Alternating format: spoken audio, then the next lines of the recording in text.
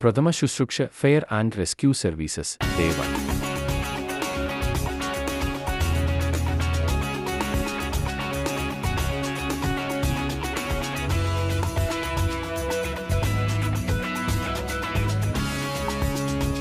എന്താണ് പ്രഥമ ശുശ്രൂഷ? അപകടങ്ങളിലോ മറ്റ് അത്യാഹിതങ്ങളിലോ അകപ്പെടുന്ന ഒരു വ്യക്തിക്ക് വിദഗ്ധ വൈദ്യസഹായം ലഭിക്കുന്നതുവരെ അയാളുടെ അവസ്ഥ കൂടുതൽ മോശമാകാതിരിക്കുന്നതിനും ജീവൻ നിലനിർത്തുന്നതിനും നൽകുന്ന അടിയന്തര ചികിത്സയാണ് പ്രഥമ ശുശ്രൂഷ. ഗോൾഡൻ ഹവർ ഏതൊരു അപകടം സംഭവിച്ചാലും ആദ്യത്തെ മണിക്കൂർ നിർണായകമാണ്. ഈ ഘട്ടത്തിലെ ശരിയായ പരിചരണം അപകടം പറ്റിയ ആളെ മരണത്തിൽ നിന്ന് രക്ഷിക്കുന്നതിനും രോഗമുക്തിക്കും അത്യന്താപേക്ഷിതമാണ്. Basic life support (BLS). Basic life support (BLS) എന്നത് അടിയന്തര സാഹചര്യങ്ങളിൽ ജീവൻ രക്ഷിക്കാനുള്ള ഒരു അടിസ്ഥാന വൈദ്യശാസ്ത്ര പദ്ധതിയാണ്. ഹൃദയാഘാതം, ശ്വാസതടസ്സം, ബോധക്ഷയം, മുങ്ങൽ, ശാരീരിക പരിക്ക് മുതലായ അടിയന്തര സാഹചര്യങ്ങളിൽ പ്രാഥമിക രക്ഷാകർമ്മങ്ങൾ നൽകുന്നതാണ് ഇതിന്റെ ഉദ്ദേശ്യം. ബേസിക് ലൈഫ് സപ്പോർട്ട് (BLS) പ്രാധാന്യം ഹൃദയസ്തംഭനം, കാർഡിയാക് അറസ്റ്റ് സംഭവിച്ച ആളുകളെ രക്ഷപ്പെടുത്താൻ സഹായിക്കുന്നു. ചികിത്സ ലഭ്യമാകുന്നതിന് മുമ്പ് ജീവൻ രക്ഷിക്കാൻ കഴിയുന്നു. ഏത് സാധാരണക്കാരനും പഠിക്കാവുന്ന ഒരു ഫസ്റ്റ് എയ്ഡ് സംവിധാനമാണ്. BLS-ന്റെ പ്രവർത്തനങ്ങളിലേക്കുള്ള പൊതുതത്വങ്ങൾ: 1. സുരക്ഷ ഉറപ്പാക്കുക. 2. പ്രതികരണം പരിശോധിക്കുക, response check. 3. Airway, breathing, circulation A-B-C ഉറപ്പാക്കുക. 4. ശ്വാസോച്ഛ്വാസം പരിശോധിക്കുക. 5. അടിയന്തര സഹായം വിളിക്കൂ. 6. CPR ആരംഭിക്കൂ. 7. AED ഉപയോഗിക്കൂ. 8. റിക്കവറി പൊസിഷൻ നിലനിർത്തൂ. 1. സുരക്ഷ ഉറപ്പാക്കുക, എൻഷുർ സേഫ്റ്റി. പരിസരത്തുള്ള എല്ലാ അപകാരികളെയും dangerous objects, gas leaks, live wires വിലയിരുത്തുക. പരിസ്ഥിതി സുരക്ഷിതമല്ലെങ്കിൽ നിങ്ങളുടെ സുരക്ഷയ്ക്ക് മുൻഗണന നൽകുക. ആവശ്യമെങ്കിൽ അപകടസ്ഥലത്ത് ആളുകളെ ഒഴിപ്പിക്കുക, evacuate the area. 2. പ്രതികരണം പരിശോധിക്കുക. പ്രതികരണം പരിശോധിക്കുമ്പോൾ ആദ്യം വ്യക്തിയെ "Are you okay?" എന്ന് ചോദിക്കുക. യാതൊരു പ്രതികരണവും ഇല്ലെങ്കിൽ വ്യക്തിയെ ഉച്ചത്തിൽ വിളിക്കുക. ശബ്ദ പ്രതികരണം, സ്പർശന പ്രതികരണം, വേദനയ്ക്കുള്ള പ്രതികരണം എന്നിവ പരിശോധിക്കുക. പ്രതികരിക്കുന്നില്ലെങ്കിൽ തുടർനടപടികളിലേക്ക് കടക്കുക. To try to get a response. If they're not alert and do not respond to your voice, kneel down beside them and gently shake their shoulders. Hello, Amy. It's Winston. Can you hear me? Open your eyes. Pinch their earlobe to see if they respond to pain. Scale and each letter can represent the casualty's level of response. A. Alert. V. Response to voice. P. Response to pain. And U is the casualty unresponsive to stimuli. 3. Airway, breathing, circulation. ഉറപ്പാക്കുക. Airway, ശ്വസനവാതായനം. Airway management. തല താഴേക്ക് തിരിച്ച്, താടി ഉയർത്തുക, head tilt, chin lift. ശ്വസനവാതായനം തടസ്സം ഉണ്ടോയെന്ന് നോക്കുക. ഉദാഹരണം, ഭക്ഷണം, നാവു മടങ്ങിക്കിടക്കുക, അന്യപദാർത്ഥങ്ങൾ തടസ്സമുള്ളതെങ്കിൽ നീക്കം ചെയ്യുക. ബ്രീത്തിംഗ് ചെക്ക്, ശ്വാസം പരിശോധിക്കുക. Look, listen, feel. ലുക്ക്, നോക്കുക, നെഞ്ച് ഉയർന്നുവരുന്നതോ താഴെയിറങ്ങുന്നതോ ആണോ എന്ന് ശ്രദ്ധിക്കുക. ലിസ്റ്റൻ, കേൾക്കുക, മൂക്കും വായ്ക്ക് അടുത്തായി ചെവിയിട്ട് ശ്വാസം പുറന്തിരിയുന്ന ശബ്ദം കേൾക്കുക. ഫീൽ, അനുഭവിക്കുക, കൈ മുഖത്തിനടുത്ത് വെച്ച് വായുവിന്റെ ചലനം അനുഭവിക്കുക. 5 10 സെക്കൻഡ് ഉള്ളിൽ ശ്വാസം ഇല്ലെങ്കിൽ ഉടൻ ആരംഭിക്കുക. സി. സർക്കുലേഷൻ, രക്തചംക്രമണം, പൾസ്, നാഡിസ്പന്ദനം പരിശോധിക്കുക. 4. ശ്വാസോച്ഛ്വാസം പരിശോധിക്കുക. Assessing breathing, balls, basic life support സംവിധാനം ഉപയോഗിക്കുമ്പോൾ വ്യക്തി ശരിയായി ശ്വാസോച്ഛ്വാസം എടുക്കുന്നുണ്ടോ എന്ന് പരിശോധിക്കുന്നത് അത്യാവശ്യമാണ്. ഇത് ലുക്ക്, ലിസൺ, ഫീൽ എന്ന സങ്കേതം അനുസരിച്ചാണ് നിർവഹിക്കുന്നത്.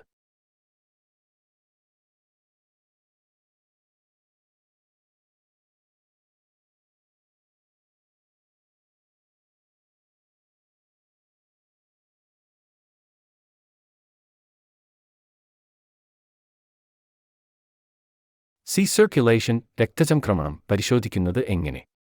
ബോൾസ്, ബേസിക് ലൈഫ് സപ്പോർട്ട് നൽകുമ്പോൾ ശ്വാസം, ബ്രീത്തിംഗ് മാത്രമല്ല രക്തചംക്രമണം, സർക്കുലേഷൻ ഉണ്ട് എന്നതും പരിശോധിക്കേണ്ടതുണ്ട്. ഹൃദയമടക്കം നിലച്ചുപോയി, കാർഡിയക് അറസ്റ്റ് എന്നത് തിരിച്ചറിയാൻ ഇത് സഹായിക്കുന്നു. പൾസി, നാഡിസ്പന്ദനം പരിശോധിക്കുക. നാഡിസ്പന്ദനം പരിശോധിക്കാൻ 15 സെക്കൻഡ് വരെ സമയം വേണ്ടതായതിനാൽ പോസ് നിർദ്ദേശങ്ങൾ അനുസരിച്ച് പൾസ് പരിശോധിക്കാതെ നേരിട്ട് ആരംഭിക്കാം എന്നതാണ് പൊതുവെയുള്ള പ്രോട്ടോക്കോൾ. മുതിർന്നവർക്കും കുട്ടികൾക്കും അഡൾട്ട് ചിൽഡ്രൻ. കറോട്ടിഡ് പൾസ്, കറോട്ടിഡ് നാഡി കഴുത്തിന് 2 വശങ്ങളിൽ ഒരു ഭാഗത്ത് കാതിനടുത്ത് ദപിച്ചത് ഇൻഡെക്സ് മിഡിൽ ഫിംഗർ കൊണ്ട് പരിശോധിക്കുക. കുഞ്ഞുങ്ങൾക്കു ഇൻഫാൻസ്. ബ്രാച്ചിയൽ പോൾസ്, ബ്രാച്ചിയൽ നാഡി, കൈന്റെ അകത്തുവശം, മുട്ടിനോട് ചേർന്ന ഭാഗത്ത് നോക്കി 3. ഫീൽ അനുഭവിക്കുക. ഫീൽ അനുഭവിക്കുക. മൂക്കിനടുത്ത് കൊണ്ടുവന്ന് കാറ്റിന്റെ സാന്നിധ്യം അറിയാൻ ശ്രമിക്കുക. വ്യക്തിയുടെ മൂക്കിനടുത്ത് കരം വെച്ച് ശ്വാസം പുറത്തുവരുന്നതുണ്ടോ എന്ന് പരിശോധിക്കുക. ശ്വാസം ഇല്ലെങ്കിൽ ഉടൻ സെപ്പറൽ കാർഡിയോപൾമോണറി റിസസിറ്റേഷൻ ആരംഭിക്കുക. 108-112 എന്ന അടിയന്തര സേവനങ്ങളുമായി ബന്ധപ്പെടുക. ഓട്ടോമേറ്റഡ് എക്സ്റ്റേണൽ ഡിഫിബ്രിലേറ്റർ ലഭ്യമാണെങ്കിൽ ഉപയോഗിക്കുക. ശ്വാസം ഉണ്ടെങ്കിൽ റിക്കവറി പൊസിഷൻ പോലുള്ള അവസ്ഥയിലാക്കുക. To do this, kneel next to them on the floor. Remove their glasses and any bulky objects in their pockets, but do not search their pockets for small items. Make sure both of the casualty's legs are straight. Then take the arm nearest to you and place it at a right angle to their body with their palm facing upwards, like so. Take the other arm and bend across their chest and place the back of their hand against their cheek nearest to you and hold it there. With your other hand, lift their far knee up until their foot is flat on the floor.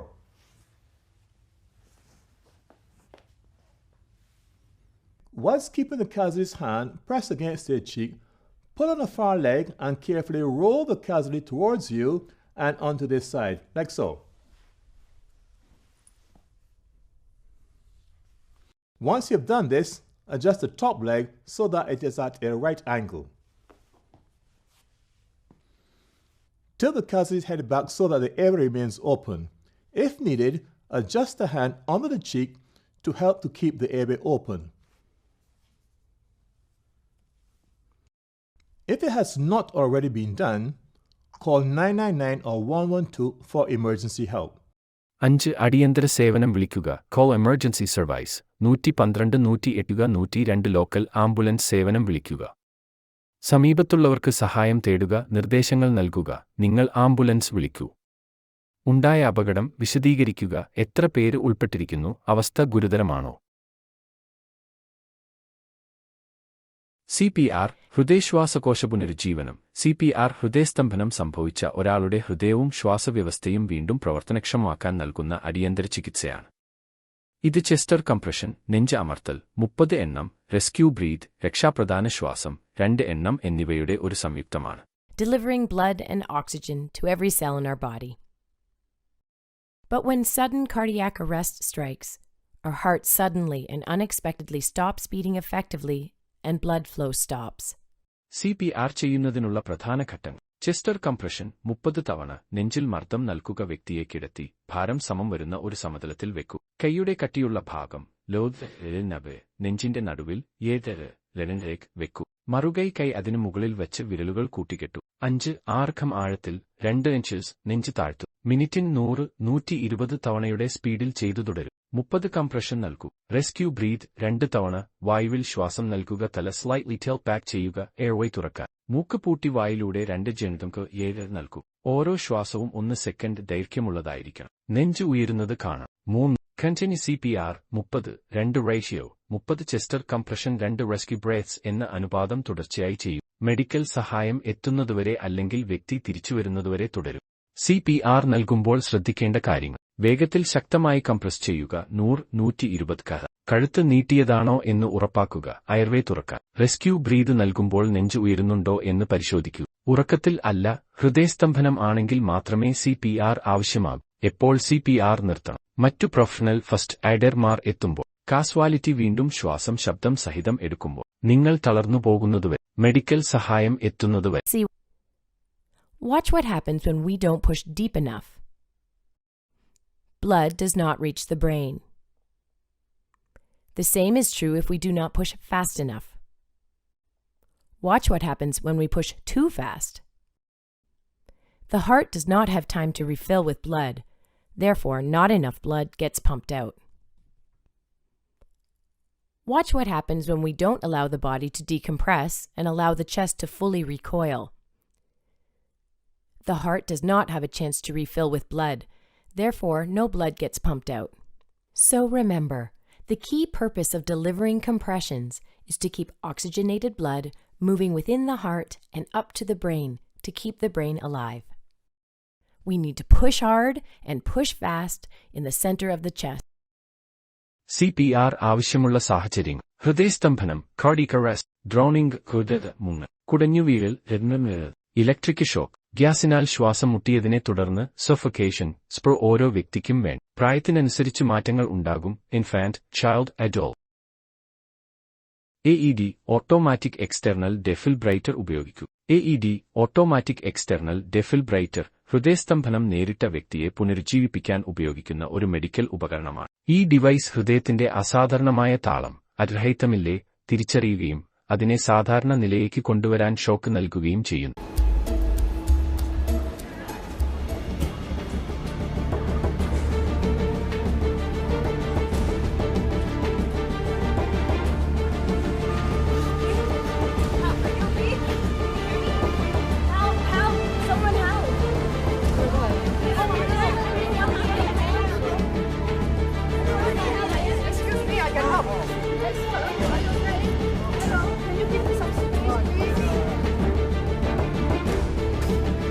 Can you help me call the ambulance?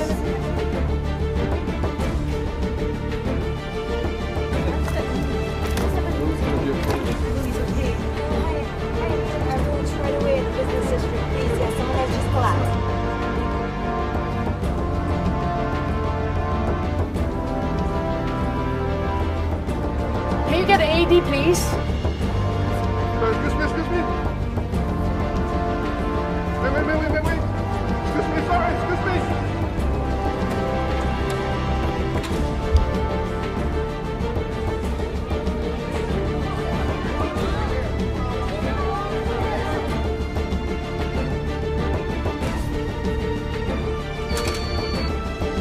Begin by removing all clothing from the patient's chest. Feel one place pad exactly as shown in the picture. Press firmly to patient's bare skin. No one should touch the patient. Okay, guys, stand clear, guys. Analyzing. Shock advised. Press the flashing orange button now. Deliver shock now. Shock delivered. Be sure emergency medical services have been called. It is safe to touch the patient. Begin CPR.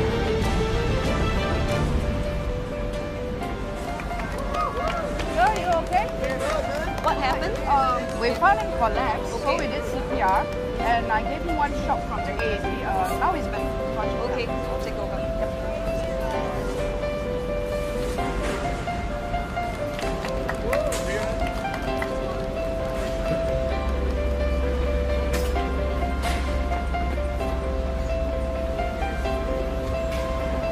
Don't worry, you will be fine. We will send you to the nearest hospital, okay?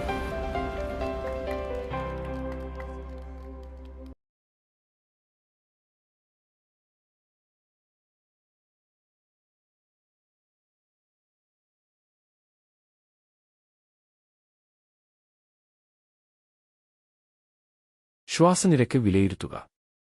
ഒരു മിനിറ്റിൽ ശ്വാസം എത്ര തവണയെന്ന് എണ്ണുക.